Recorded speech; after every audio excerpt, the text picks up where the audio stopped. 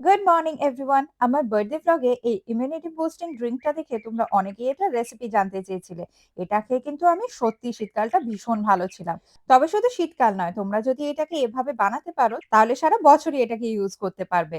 ৫টা খুব easily available ingredients দিয়ে এটা তৈরি করা যাবে। তার জন্য লাগবে কাঁচা হলুদ, আমলকি, আদা, বেশ কিছুটা গোটা গোলমরিচ আর একটু আখের গুড়।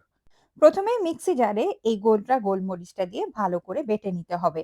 তারপরে ছোট ছোট করে আদা, আমলকি আর হলুদের টুকরো করে নিয়ে সেগুলো একসাথে অল্প অল্প জল দিয়ে পেস্ট করতে হবে। বেশি জল দিলে চলবে না, একদম অল্প অল্প জল দিয়ে পেস্টটা যেন ঠিক এরকম কনসিস্টেন্সিতে থাকে সেদিকে একটু লক্ষ্য রাখতে হবে। তারপর একটা আইস ট্রেতে চামচের মাধ্যমে অল্প অল্প পোর্শন নিয়ে পুরো মিক্সচারটা এইভাবে ঢেলে ফেলতে হবে।